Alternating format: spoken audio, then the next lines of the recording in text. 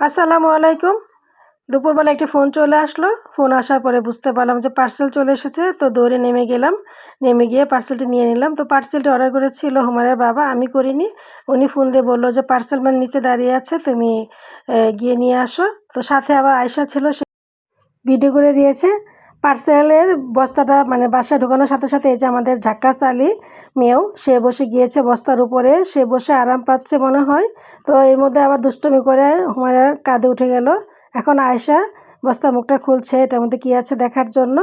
তো আমি ভেবেছিলাম যে হয়তো বা বালিশ টালিশ কিছু হবে, কারণ আমি বেশ কয়েকদিন দেখেছি সে বালিশের মানে পেজগুলো ফলো করছিল। তাই খুলে দেখি যে কমফোর্ট সেট নিয়ে এসেছে আমাদের জন্য, বিশেষ করে আমার জন্য। তো আরেকটি কমফোর্ট সেট আনা হয়েছে, সেটা এখনও খুলে দেখা হয় নাকি, আপনাদের সাথে পরে শেয়ার করব একদিন আমি ইনশাআল্লাহ। যেহেতু দুপুরবেলা আনা হয়েছে, আমি তখন ছিলাম না কাছে, দুই বোন মিলে খুলে এটাকে ভিডিও করে রেখে দিয়েছে আমার জন্য।